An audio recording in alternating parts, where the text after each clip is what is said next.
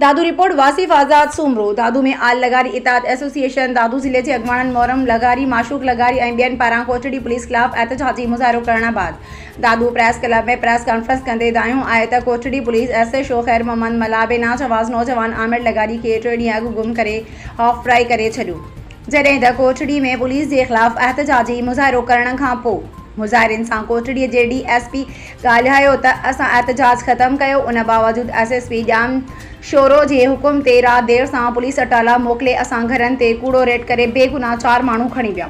उन्हनि ते कूड़ी ETC FR करे ड्रामो रचायो आहे।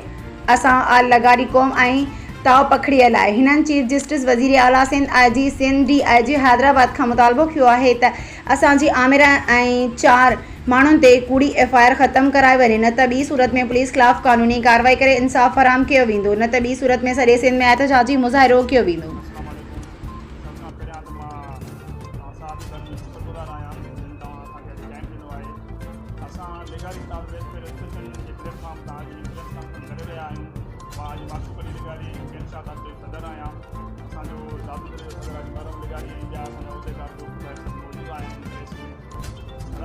मौक़ो आहे त 3 ॾींहं पहिरियां कोटड़ी तालुके में असांजे लिगारी कस्बे जो नौजवान हुयो, सोशल वर्कर हुयो।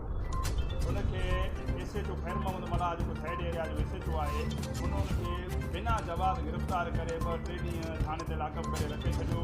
मालिकनि खां उन पैसनि जी घुर कई त भई 5-10 लख ॾियो त मां छोकिरो आज़ादु कंदुसि, न त तव्हांजे छोकिरे खे मां हाफ़ फ्राई कंदुसि। हू मिस्किन माण्हू हुया, मज़दूरी करे मज़दूरी खाइनि पिया, उन्हनि वटि 5-10 लख रुपये जी रसीद कान्हे, जो SHO ॾेई करे पंहिंजो माण्हू छॾाइनि हा। बहरहाल उन्हनि वटि पैसा कोन हुया, उन 2-3 ॾींहं छोकिरे खे रखे 4थे ॾींहं ते उनखे हाफ़ फ्राई करे अॻिते मोकिले, हाफ़ फ्राई करे अॻिते मोकिले छॾी। उन खां पोइ उतां जी असांजी बिरादरी सियासी समाज